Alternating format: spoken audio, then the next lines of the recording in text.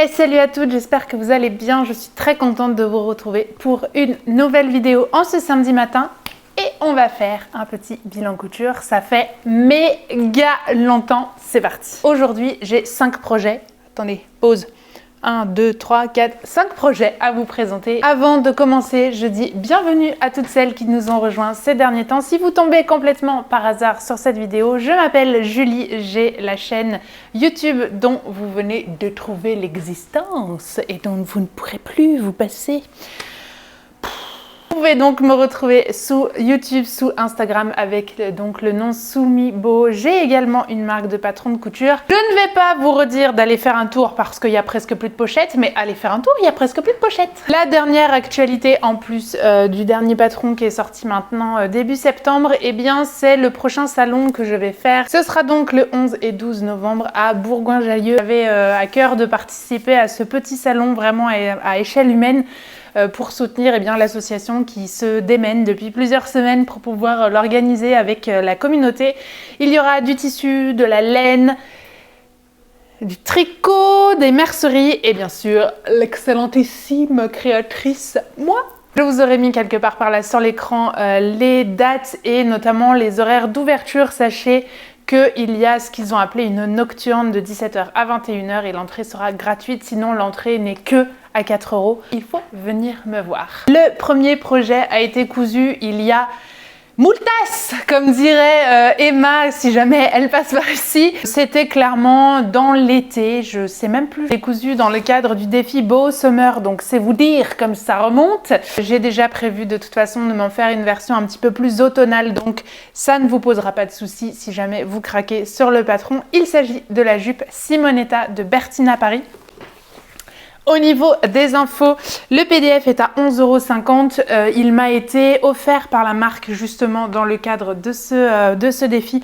Donc je la remercie, elle nous a offert à Audrey, Fêlé de la Bobine et à moi, les organisatrices de ce concours, elle nous avait offert voilà, chacune un patron et c'est celui qu'on avait choisi. Le niveau est débutant, ça va du 34 au 48, moi j'ai fait un 44. Je vais donc vous montrer tout de suite le tissu que j'ai utilisé. C'est un crêpe, je pense, un crêpe de viscose avec du lurex. Hop. On voit pas très bien parce que le tissu a lui-même déjà des motifs, mais ici, du coup, vous avez la couture pour l'empiècement du coup plus foncé que vous avez pu deviner sur les dessins techniques. Il y a des statures différentes et ça je trouve ça vraiment super. Moi j'ai réalisé donc la stature 1,70 m si je dis pas de bêtises parce que je fais encore 1,72 m. Je commence à me tasser et comme je commence par le haut du coup tout va bien pour les jupes. Je suis très contente même si je pense que je dois apporter des modifications en termes de morphologie. Pourquoi? J'ai fait un 44 comme je vous l'ai dit, mais j'ai repris énormément à la ceinture. En fait, c'est pour moi pas très clair en termes de portée, entre ça tombe sur les hanches, entre c'est à la taille, etc. C'était pas intuitif en fait au niveau du porté et sur moi ça tombait vraiment vraiment sur les hanches quoi. Ça faisait pas ça tombait pas joliment. J'ai pris 6 cm de chaque côté, donc c'est vous dire, pourtant j'ai vraiment respecté le tableau des tailles. Je sais que je suis marquée à la taille, mais je pensais pas à ce point-là. Donc là, aujourd'hui, je la porte avec une ceinture parce que j'ai rajouté des passants, contrairement à ce que prévoit initialement le patron. Moi, j'ai rajouté des petits passants sur la ceinture. Du coup, ça me permet de l'avoir ajuster facilement à l'endroit où je veux, mais en tout cas si je portais pas de ceinture il suffit que je veuille la replacer et j'ai encore de l'excédent. Donc je vais voir, est-ce que la prochaine fois je grade directement au niveau de la taille ou est-ce que je fais tout carrément dans une taille en dessous. Ça il faudra que j'avise en fonction du tissu, etc. C'est un patron que j'avais pris beaucoup de soin à coudre, je vais vous le montrer sur l'envers. J'avais vraiment tout fait en couture anglaise et en biais, je crois. Donc ici, c'est ma couture côté. Donc vous voyez, je l'avais tout fait en couture anglaise. On ne voit pas très bien, mais ici, là. Voilà. Ça, c'est ma couture anglaise. Et au niveau de l'empiècement volant du bas,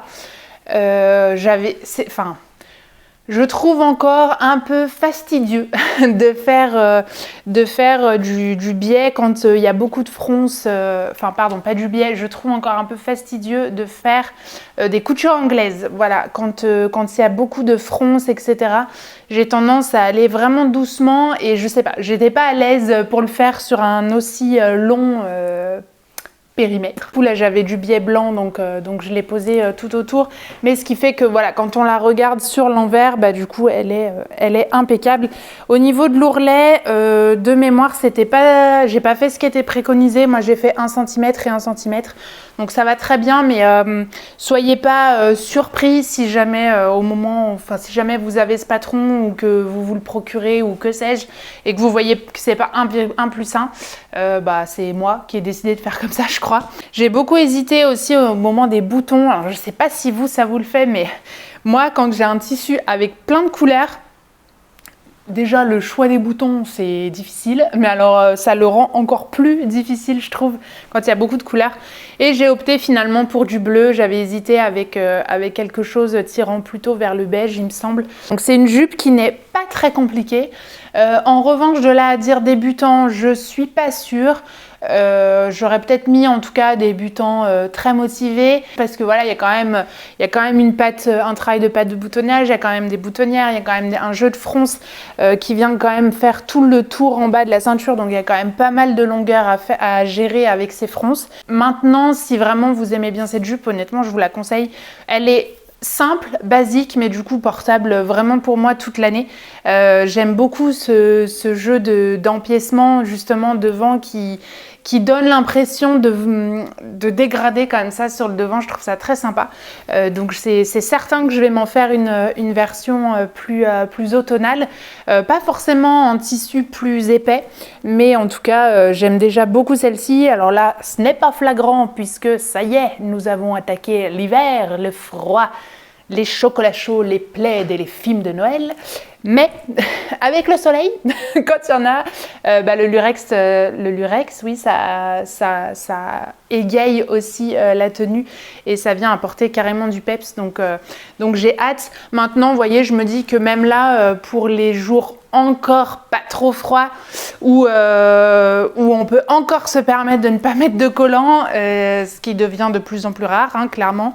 Mais je pourrais la porter avec mon pull blanc par exemple, ou même un pull noir, et des collants. Donc je suis très contente de mon choix de tissu. Voilà pour ce premier patron. Ensuite, on a eu un saut spatio-temporel puisque je n'ai absolument plus cousu. Je pense que la cousette que je viens de vous montrer, ça devait être fin juillet, mi-juillet, quelque chose comme ça. J'ai plus la date exacte. Et ensuite, le projet suivant, je l'ai fait juste au moment de mon anniversaire, donc début octobre, puisque je l'ai terminé justement avec les filles qui étaient présentes à ce week-end-là. Il me restait la doublure à poser. C'est un projet que j'ai en tête depuis l'hiver dernier. Donc, il a su clairement attendre patiemment son tour dans un petit coin de mon cerveau. Il s'agit de la veste Julia de Clematis Pattern. En termes d'infos, le PDF est à 11 €, la pochette est à 16,90 €. Les tailles disponibles sont du 34 au 52. Attention, en revanche, le 50 et le 52 ne sont dispo que sur la version PDF. La stature est prévue pour 1,65 m. Il y a un tuto vidéo. Au niveau des tissus, j'ai utilisé 2 tissus de seconde main. J'en ai utilisé un que j'avais chiné l'automne dernier, je crois, ou la rentrée dernière chez Emmaüs, que j'avais payé 4 ou 6 €. Je suis pas arrivée à me souvenir. Et le second, c'est aussi un que j'avais chiné, un puce des couturières. Je vous la montre, je l'aime. Trop d'amour. Elle est trop belle! C'est vraiment une inspi que j'avais en tête depuis un long moment, je vous dis, depuis 1 an. Je m'étais dit, mais ce tissu-là, il ira clairement dans une veste blazer un peu oversize. Vous serez, je l'espère, d'accord avec moi. Mais quand on a un projet en tête depuis genre 1 an, souvent, il foire. Souvent, il foire, on finit en boule en train de pleurer dans son salon ou dans sa pièce couture en disant « Mais je pensais trop que ça allait réussir et puis bah, de toute façon, c'est moi là !» À chaque étape, que ça soit la coupe du tissu, que ça soit le montage, etc., j'étais comme ça. J'ai été agréablement surprise de la rapidité vraiment avec laquelle elle s'est cousue. J'ai pris mon temps comme je vous le disais, mais honnêtement tout se goupille vraiment très bien, les explications étant vraiment claires. En fait on avance hyper vite dans le montage, donc ça c'est vraiment chouette. Ensuite c'est un modèle qui se veut donc oversize, donc si vous voulez quelque chose de très ajusté et près du corps, c'est pas un patron que je vous conseille, ou en tout cas c'est pas un patron que je vous conseille directement dans votre tissu définitif. Moi je suis contente, j'ai fait un 44 je crois de mémoire, mais voyez ici vous verrez, j'essaierai de vous le montrer de manière correcte au moment de la vidéo portée, mais en fait sous les bras je me demande si ça mériterait pas d'être un tout petit peu plus creusé. Je suis pas certaine. Après j'essaye toujours mes projets à 22h30 quand il fait nuit, avec une tête comme ça, vous voyez, où ça ressemble à rien, en pyjama à moitié avec les chaussettes polaires là en ce moment aux pieds, donc c'est pas l'idéal pour se rendre compte si le patron nous va bien ou pas. Donc au moment de la vidéo portée, ce sera aussi la première fois où je la porte à peu près habillée normalement comme j'aimerais. Donc ce sera l'occasion pour moi voilà, de me rendre compte, d'autant plus que voilà, avec un pull dessous, ce serait trop cool parce que comme ça me permettrait d'en profiter aussi cet hiver. Mais c'est un patron que j'ai vraiment hâte de porter souvent parce que je suis vraiment très très contente de cette association là. J'ai pas pris énormément de risques voilà, en termes non plus de risques. J'ai pas été hyper excentrique en termes de doublure. Je suis restée assez sage pour justement être certaine d'en profiter. Et également garder l'instruction du montage de poser les épaulettes. J'en avais absolument jamais posé. J'ai beaucoup hésité parce que je suis déjà assez carrée d'épaule et je voulais pas venir accentuer justement ce côté carré. Et donc j'ai dû passer une quinzaine de minutes devant le miroir avec un côté épaulette, un côté pas épaulette, tout en sachant qu'il n'y avait pas la doublure, du coup ça se comportait pas non plus hyper bien. Et puis je me suis dit quand même que, sans dire de venir augmenter ma carrure, mais sur ce type de veste un petit peu oversize, un petit peu loose et tout, c'est quand même sympa d'avoir ce côté un peu structuré. Donc finalement je l'ai gardé, c'est pas flagrant, j'ai pris des épaulettes qui étaient quand même relativement moyennes, elles sont pas trop fines, pas trop grosses, donc j'ai pas non plus une énorme coque qui dépasse des épaules, donc je pense que c'est pile poil ce qu'il fallait. Et voilà, et je suis vraiment hyper contente et je regrette absolument pas d'avoir attendu un an pour me la coudre.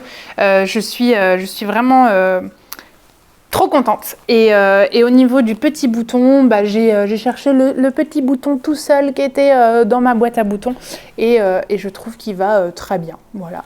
Et la petite boutonnière qui va avec. Moi, c'est vraiment histoire de dire qu'il y a une boutonnière et un bouton parce que c'est clairement pas le genre de veste que moi, en tout cas, je vais fermer. J'espère qu'elle vous plaira à vous aussi. Prochain projet, eh bien, vous savez l'esprit de contradiction, c'est moi. La dernière vidéo avant celle-ci sur la chaîne, je vous parlais de est-ce qu'on est pour ou contre l'abonnement. En fait, c'était surtout est-ce que je suis pour ou je suis contre mon abonnement qui est encore en cours. J'ai donc à la fin de la vidéo pris la décision de me désabonner, que je n'ai toujours pas fait 3 semaines plus tard. Et forcément, une fois qu'on a décidé d'arrêter un truc, je sais pas vous, mais moi forcément tous les projets d'après, c'était des fibromood, j'avais envie de coudre que des fibromood. Il s'agit de chemisier Lulu qui fait partie, il me semble, si je ne dis pas de bêtises, de la dernière édition. En termes d'infos, les PDF sont à 11,50 €. Au niveau des tailles, ça va du XS au triple XL. Moi, j'ai fait un L. Dans le A4, il y a 38 pages, c'est 2 pages A0 si jamais vous voulez le faire imprimer.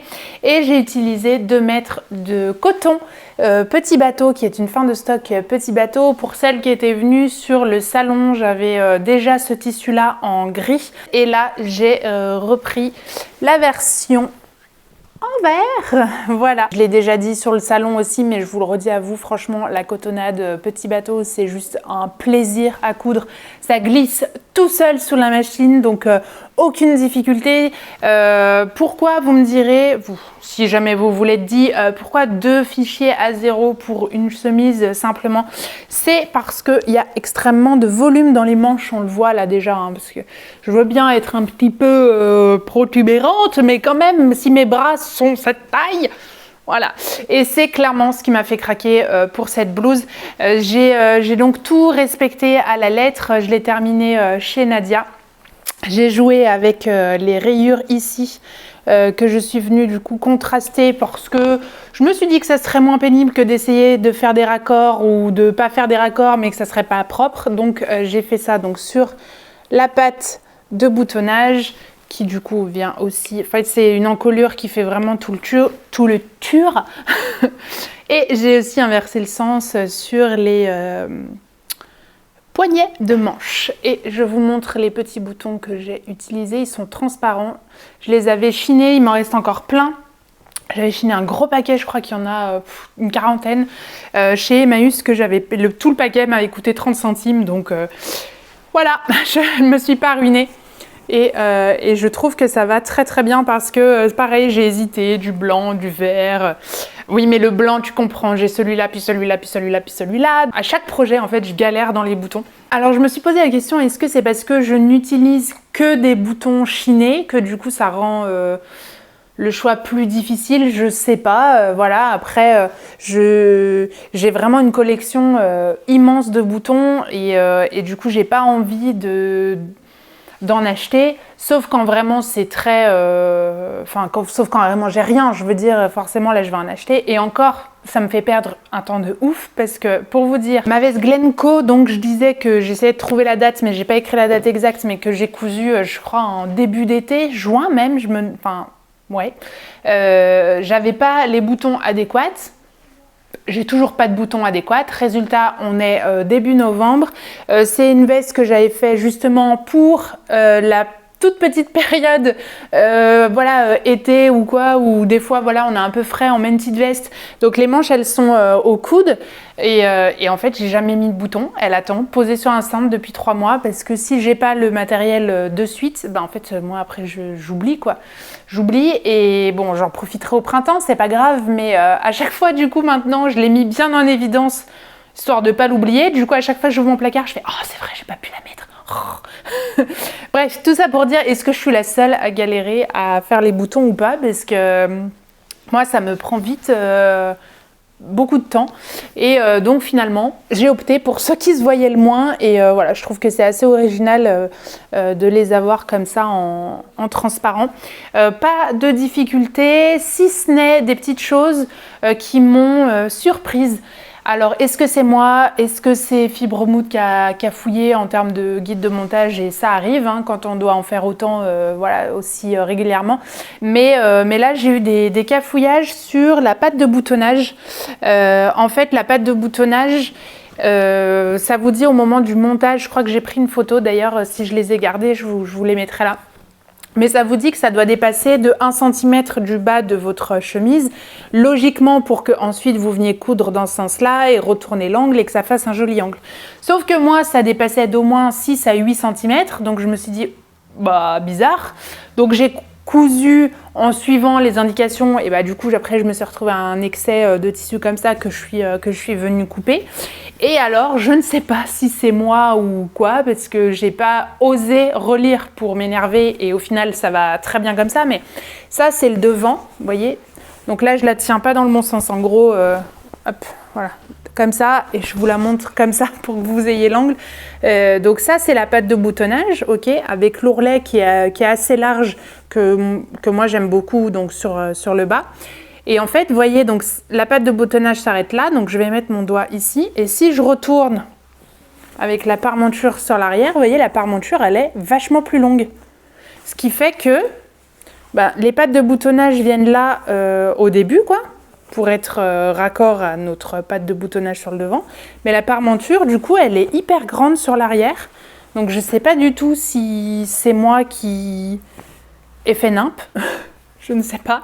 Mais vous voyez, ça m'a interloqué. Faut qu'on parle d'un truc, Fibremood, et utilisatrice des réseaux sociaux qui font la promotion de Fibremood, parce que j'étais pas content et j'étais pas la seule, parce que pas peu fière d'avoir fini ma blouse que je trouvais super canon.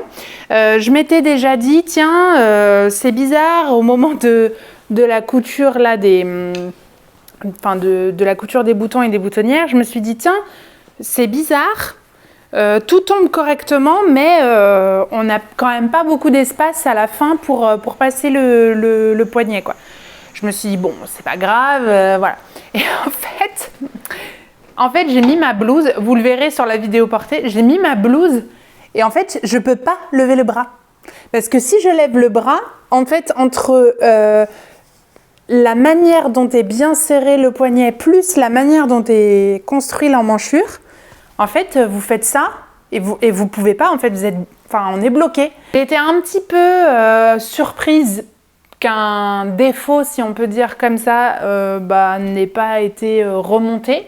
Alors après que Fibre Mood ait fait le choix, eux, de dire bon on le sort comme ça, c'est encore un autre débat dans lequel je ne rentrerai pas, mais en tout cas sur les personnes qui l'ont cousu au moment de la sortie du magazine, il n'y en a pas une qui a dit que qu'on ne pouvait pas lever les bras, quoi. Donc moi, forcément, par défaut, quand ça m'est arrivé, je me suis dit que c'était moi. Et en fait, c'est en tombant sur la publication d'une personne que je suis sur Instagram, voilà, j'ai lu ce qu'elle avait écrit en fait dans son post. Et elle écrit pas de bras, pas de chocolat. En gros, qu'on peut pas... on peut rien faire, quoi. Et que elle aussi, elle avait été un peu déçue que l'info n'ait pas été communiquée. Elle dit ça aurait pas forcément changé mon envie de faire le patron, mais en tout cas je me serais pas sentie con au moment de l'essayage et à la fin, quoi. Je trouve ça trop dommage. Au final, c'est une blouse que pour l'instant j'ai pas encore mise. Je vais voir comment la porter. Alors, je me disais peut-être que je peux essayer de décaler la couture des boutons. Vous voyez, là j'ai un peu de marge. Je me dis faut peut-être vraiment que je vienne les coller contre. Enfin, les 0,5 qu'on voit là vont pas me faire passer de ça à ça non plus en termes de levage de bras. C'est dommage qu'on n'ait pas eu l'information donnée ou résolue, en fait. Ça reste une blouse que j'aime beaucoup en termes de rendu final. Maintenant, au porté, est-ce que clairement ça va pas être relou et que je vais la mettre une fois, je vais pester toute la journée et je la mettrai plus? Ça, il y a des chances. Donc je vous tiendrai au courant, en tout cas pour le porté de cette blouse. On continue, l'avant-dernier projet, c'est La Maison Victor. Et là, on a une petite larmichette en pensant à La Maison Victor qui nous manque à toutes. Franchement, ça faisait longtemps que j'avais pas cousu un patron de La Maison Victor parce que c'était des patrons que j'aimais vraiment beaucoup. Et là, je voulais à tout prix depuis un petit moment me faire des pantalons et j'avais chiné à Angelina. Je te fais un gros bisou si tu passes par là. Un tissu, c'était le seul tissu que j'avais récupéré au troc au week-end là que j'avais organisé début octobre, me sort clairement de ma zone de confort. Pour autant, je suis restée dans mon idée, puisque vous allez le voir, c'est un tissu violet et que je suis quand même pas quelqu'un qui porte beaucoup de violet, dit celle qui en fait a déjà cousu du violet là, mais c'est pas pareil. Je mets très peu de pantalons déjà de base, je mets peu de pantalons colorés. Donc là, ça faisait beaucoup, mais j'avais très envie de poursuivre dans mon idée et de voir jusqu'où j'allais pousser l'acceptation de cette couleur. J'en suis là, voilà. Je l'ai cousu, je ne l'ai pas porté encore. Ce sera pour moi l'occasion d'avoir vos commentaires parce que clairement, je ne sais pas ce que j'en pense. Je ne sais pas s'il y a vraiment un truc qui me dérange ou si c'est juste moi n'ayant pas l'habitude de me voir dans un pantalon de couleur qui du coup trouve qu'il y a un truc qui va pas alors qu'en fait si, ça va très bien. J'ai cousu le pantalon dit de La Maison Victor. Ce que j'aimais dans ce pantalon, c'était le gros revers sur le bas et sa coupe droite parce que on voit beaucoup de pantalons qui sont assez évasés sur le bas, un peu à la mode 70s qui revient.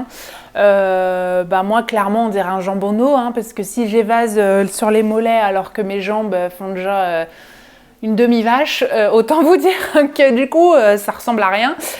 Donc je voulais quelque chose de plutôt droit et ce que j'ai aussi remarqué et que je voulais essayer, c'est que j'aime les pantalons taille haute, sauf que c'est pas toujours évident parce que un pantalon taille haute, je pense notamment au style palazzo que j'adore, soit il tombe de manière ok parce que les pinces, etc., elles ont une allure qui va bien, soit moi, eh ben, ça vient englober mon bidou en fait entre la partie intime et la taille, quoi. Donc j'ai pas envie de mettre en évidence cette zone-là, alors je me suis dit, bah t'as qu'à partir sur un pantalon qui ne se porte pas taille haute, enfin trop taille haute, qui n'est pas annoncé comme taille haute. De cette manière, bah voilà, tu pourras voir si en le portant sur les petites hanches, voir les hanches suivant comment ça tombe, parce que bon, la personne sur la photo de la Maison Victor étant très droite, on ne sait pas trop à quel niveau le truc lui arrive. Bref, donc je me suis dit, essaye entre guillemets une autre forme de pantalon pour voir bah, voilà, si c'est quelque chose qui peut te convenir. J'ai donc cousu ce pantalon dans ce polyester violet. Alors la couleur je l'aime beaucoup. J'avais chiné 3 mètres donc à Angelina, donc il fallait 2,70 m pour ce pantalon. Je l'ai cousu en une seule journée et encore vraiment pas de 9 h à 19 h, hein. Je l'ai trouvé assez rapide à coudre, on va dire plus une grosse demi-journée. Les explications la Maison Victor, ça coule tout seul, donc pas de problème. J'ai pas fait la ceinture qui est sur le dessin technique. J'avais peur que ça fasse un peu too much quand même en termes de couleur. Au niveau du montage de la braguette, j'ai dû m'y reprendre à 2 fois, alors sans coudre, mais en termes de réflexion. Je positionnais pas le pli du bon côté, donc en fait quand il disait de venir la surpiquer par-dessus, vous savez, pour former la braguette, bah moi ça se formait pas du tout dans le bon sens. Je me disais mais qu'est-ce que j'ai loupé? Donc j'avais tout cousu correctement, mais au moment du placement, j'avais pas rabattu du bon côté. C'est pas tellement les montages que je préfère où il faut venir rajouter l'empiècement tout à la fin par-dessus. C'est pas ce que je préfère. Ça reste néanmoins un montage relativement propre. Là, je devais le couper, hein, mon zip qui dépasse, mais je l'ai pas fait. J'ai aussi beaucoup apprécié le pli là au centre. Hop. C'est un pli volontaire. Sur le tissu, sur le patron, vous avez un pli en fait que vous venez bien plaquer au fer. J'avoue que j'ai un peu des doutes parce que bah, je l'ai plaqué de toutes mes forces. Donc vous voyez là, on le voit. Mais après une journée portée, plus un lavage en machine et tout, est-ce que vraiment j'aurai encore ce pli ? Je sais pas trop. Et puis il est très joli, mais je trouve que ça rend plus difficile le plaquage des pinces sur l'arrière parce que vous voyez, bah, d'ailleurs il n'y a plus de pli hein, au niveau de... Là, le pli du tout le pantalon devrait continuer ici et en fait il disparaît parce que vous devez bien faire positionner votre pince, bien plaquer votre pince du même côté. Ce qui fait que du coup vous annulez votre pli fait précédemment. Honnêtement, sinon pas de difficulté. Vous avez des poches. Hop. Là. Donc j'ai doublé dans le même tissu parce que c'est un tissu lourd mais assez fin et fluide, donc pas de souci. Au niveau du bouton, là aussi ça a été tout un truc. J'en avais qu'un tout seul. Il était rose comme ça avec des petits reflets. Et là c'est doré, je sais pas si vous verrez bien. Voilà. Donc ça vient encore plus tranché. Je vous mettrai la vidéo portée, comme ça vous me direz voilà, ce que vous en pensez. Je pense que de toute façon c'est à mon sens le type de pantalon et de couleur qu'il faut relativement bien accessoiriser, ce qui n'est clairement pas mon fort le matin quand je me réveille. Mais voilà, encore une fois, je vais l'essayer là pour la vidéo avec le pull blanc. Si ça va pas avec mon pull blanc, c'est que je le mettrai jamais. Est-ce qu'on assume le pantalon violet ou pas? Voilà, dites-moi tout ça. On passe au dernier projet de ce bilan couture. C'est aussi en fibre mood, toujours dans mon esprit de contradiction. Il s'agit de la robe chemise Philippa, disponible du S au XXL. Moi j'ai fait un L. Le PDF est à 11,50 €. Il y a 48 pages à 4. J'ai utilisé 3 mètres de popeline de coton que j'avais donc trouvé toujours chez Rudy de Tissu Bertrand. Un tissu qui m'a été offert, d'ailleurs je ne vous l'avais pas dit, comme hop, celui de la blouse que je vous ai montré précédemment, puisque j'y suis allée le jour de mon anniversaire, voilà, pour ne rien vous cacher, et que comme on se voit très régulièrement et que voilà, on avait bien travaillé ensemble pour le salon, bah voilà, c'était leur manière à eux de me remercier et de me faire plaisir pour ce jour particulier, donc encore merci. Comme je suis transparente, je tiens à préciser que du coup ces deux tissus là, ce n'est pas moi qui les ai achetés. Voilà. Je vous montre donc la popeline de coton que j'ai utilisée. Elle est trop canon. J'ai vraiment craqué dessus. Donc là, je vous montre le dos de ma robe chemise. Comme ça vous permet de bien voir ce tissu. Je la trouve vraiment chouette. Et en plus, pour le coup, je me dis que je pourrais la porter toute l'année. Alors après, ça doit être pénible pour vous d'entendre ça, mais dans le fond, je suis sûre que vous vous dites la même chose quand vous êtes en train de coudre quelque part, comme si on était obligé de se justifier, moi envers vous là, ou nous-mêmes, face à nous-mêmes, non mais je vais prendre celui-là parce que regarde, c'est noir, du coup ça passe partout, et puis là avec des collants, des bottines, ça ira, mais tu vois cet été ou ce printemps, quand il fera beau, comme il y a quand même des couleurs, je pourrais les mettre avec mes petites sandalettes, tout ça. Pourquoi est-ce qu'on se justifie? Donc moi, je l'avais trouvé vraiment très très joli, tout en me disant oulala, mais il est quand même très flashy en termes des couleurs. Pour celles qui me suivent depuis un petit moment, vous savez que notamment le rose, c'est pas ma couleur non plus favorite. Donc là, on a quand même un pantalon violet, une jupe avec du violet et là clairement du rose flashy et du violet, du mauve et tout. Donc je ne sais pas qu'est-ce qui se passe. Heureusement c'est bien balancé avec le noir, comme ça ça vient adoucir un petit peu mon cerveau qui ne gère plus l'information. Je savais que c'était une taille un petit peu large. En revanche, peut-être que j'aurais pu faire quand même une taille en dessous. Je vais voir du coup au moment moi-même du montage de cette vidéo. Et puis surtout aussi ce que je vais essayer, c'est de la cintrer avec une ceinture. Il y a des petites poches qui sont dans la couture. Voilà, ici, qu'on devine très peu. Vous voyez, c'est celles qui sont cousues. Vous faites d'abord le côté dessous le bras jusqu'à la poche, hop, toute la poche et ensuite jusqu'en bas. En termes d'ourlet, c'était la première fois que je faisais une finition au biais. Alors on dirait pas là, on dirait que c'est retourné d'1 centimètre puis 1 centimètre, mais non, c'est bien un biais que vous venez former. Donc moi j'avais encore ce qu'il fallait dans le tissu. J'avais donc jamais fait ça en fait en termes de couture, cet ourlet au biais. Ça se fait relativement bien. J'ai pas compris en revanche fibre moude. Pourquoi là vous voyez je suis sur le côté, donc là c'est ici sur le bas. Hop. Là, vous avez la fin de ma couture. En fait, ils font poser le biais, eux, sur les parties avant. Donc, en gros, sur le devant gauche, sur le devant droit, puis sur le dos. Et ensuite, ils viennent fermer.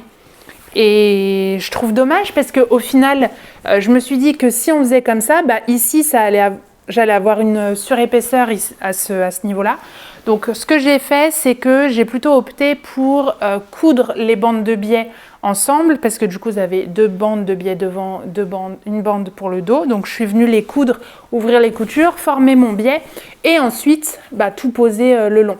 Alors, c'est un poil plus minutieux du coup ici, puisque forcément il y a ce petit arrondi à bien gérer. J'ai mis la machine au minimum et ça s'est très très bien passé, et du coup oui, ça fait très propre en termes de finition. Ici aussi, c'est dommage, ils n'avaient pas prévu non plus de couture, vous savez, pour faire joli dans l'angle, ou pareil, vous venez coudre ici, retourner proprement. Donc moi c'est ce que j'ai fait aussi, sinon c'était simplement retourner, donc c'est un peu dommage, mais c'est pas grave. Et le gros plus pour moi, attendez, je me perds dans mes cheveux, voilà. Le gros plus de cette robe pour moi, c'est la patte de boutonnage cachée.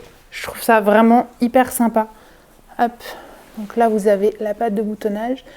et le repli dessus qui vient vraiment tout cacher. J'ai vraiment hâte de pouvoir la porter. Il y a du volume au niveau des manches. Les manches de mémoire, elles sont manches 3/4 je crois. Voilà, avec un petit bracelet de manche ici tout fin. Le col, ils l'ont, je crois, j'ai trouvé simplifié au maximum. Donc pareil, si vous voulez vous lancer dans une chemise rapide, vous pouvez après ajuster la longueur, hein, sans trop de difficultés, je pense. Mais en tout cas, le col avec pied de colle a été simplifié au maximum. Et la patte de boutonnage invisible et pas du tout difficile à réaliser. Donc voilà, donc c'est un patron que j'aime beaucoup lui aussi. J'espère que cette vidéo vous a plu, j'espère que ces 5 modèles vous auront peut-être inspiré. N'hésitez pas à nous dire en commentaire quel modèle vous êtes en train de coudre. J'ai prévu de vous faire une autre vidéo, je dois aller chercher un colis de tissu. Voilà, cet après-midi. Donc je vais certainement vous faire une prochaine vidéo avec les projets que j'ai prévu de coudre dedans. Je vais notamment, pour le salon la semaine prochaine, réaliser des versions un petit peu plus chaudes ou en tout cas faites.